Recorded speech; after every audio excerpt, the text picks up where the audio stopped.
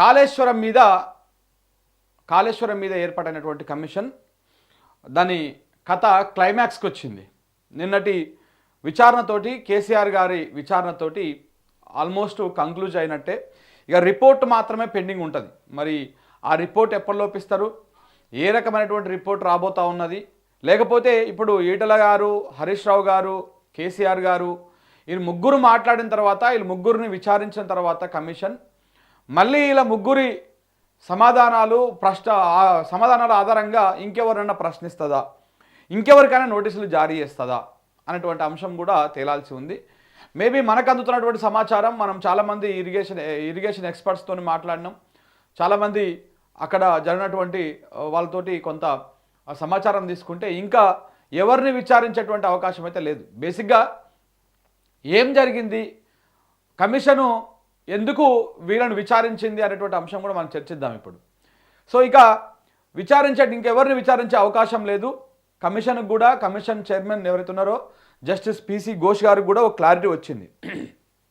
కాళేశ్వరం వ్యవహారం మీద ఒక క్లారిటీ వచ్చింది. నేను ఇంతకుముందు కూడా చెప్పినా చాలాసార్లు, కాళేశ్వరాన్ని వ్యతిరేకించేటువంటి వాళ్ళు పర్టిక్యులర్ పాయింట్ దగ్గరే కాళేశ్వరాన్ని వ్యతిరేకిస్తూ ఉన్నారు.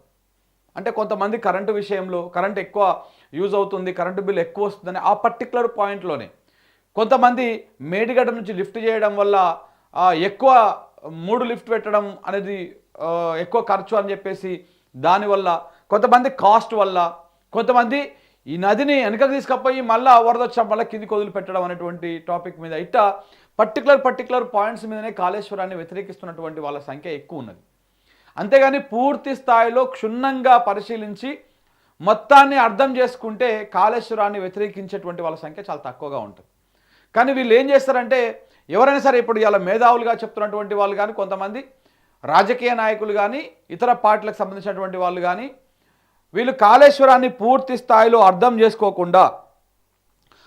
చేసుకోకుండా పర్టిక్యులర్ పాయింట్, ఇప్పుడు మేడిగడ్డ దగ్గర చూసుకొని, మేడిగడ్డలో 2 పియర్స్ కుంగితే, మొత్తం ఉన్నటువంటి బ్లాక్లల్లో 7th బ్లాక్లో ఒక 2 పియర్స్ కుంగితే, అది వాటికి పర్రెలు పడితే మొత్తము కాళేశ్వరమే కుంగిపోయింది, కొట్టుకపోయింది అన్నటువంటి అభిప్రాయానికి వచ్చేస్తూ ఉన్నారు చాలామంది. That's wrong. ఎందుకంటే అక్కడ ఆ పర్టిక్యులర్ పాయింట్ దగ్గరే మనం ఆలోచించాలి. ఆ బ్యారేజ్కి అయినటువంటి ఖర్చు ఎంత, ఇప్పుడు కుంగినటువంటి దానికి చేస్తే రిపేర్ ఎంత అవుతుంది, ఆ బ్యారేజ్ మొత్తానికి అయినటువంటి ఖర్చు 4,600 కోట్లు, మొత్తం కాళేశ్వరం ప్రాజెక్టు మొత్తానికి అయినటువంటి ఖర్చు 94,000 కోట్లు.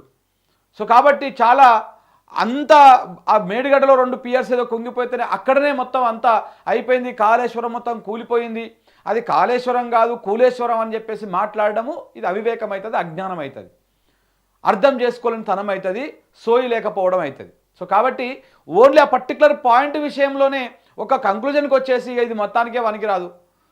నిన్న వి ప్రకాష్ గారిని నేను ఇంటర్వ్యూ చేసిన సందర్భంగా ఆయన ఒక మాట అన్నాడు, అమ్మయ్య అది కూలిపోవడం వల్లనే మనం బతికి బయటపడ్డాము, లేకపోతే కరెంటు బిల్లులు ఎక్కువ వచ్చేటివి అని చెప్పేసి ఒక ఆయన మాట్లాడిండంట.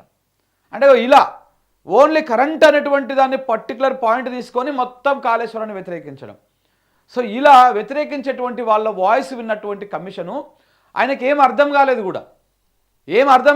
అంటే వీళ్ళు పర్టికులర్ ఆ పాయింట్లోనే అడుగుతున్నారు, వ్యతిరేకిస్తున్నారు, దానికి సంబంధించినటువంటిదే ఇచ్చిపోతున్నారు. కానీ కాళేశ్వరం మొత్తం వ్యవహారంలో వాళ్ళు ఎక్స్ప్లెయిన్ చేస్తలేరు. కానీ ఎప్పుడైతే ఈటల రాజేందర్ గారు కమిషన్ ముందుకు వెయ్యిర్రో అప్పటి నుంచి కాళేశ్వరం మీద ఒక పూర్తి స్థాయి అవగాహన, ఒక కంప్లీట్ కంక్లూజన్కి వచ్చిండు జస్టిస్ పిసి ఘోష్ గారు.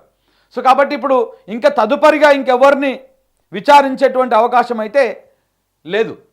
ఇంకా ఫైనల్గా రిపోర్టు రెడీ చేసేటువంటి అవకాశాలే కనపడతా ఉన్నాయి. రిపోర్ట్ రెడీ చేయడం కోసమే ఆ ప్రయత్నాలు చేస్తూ ఉన్నారు.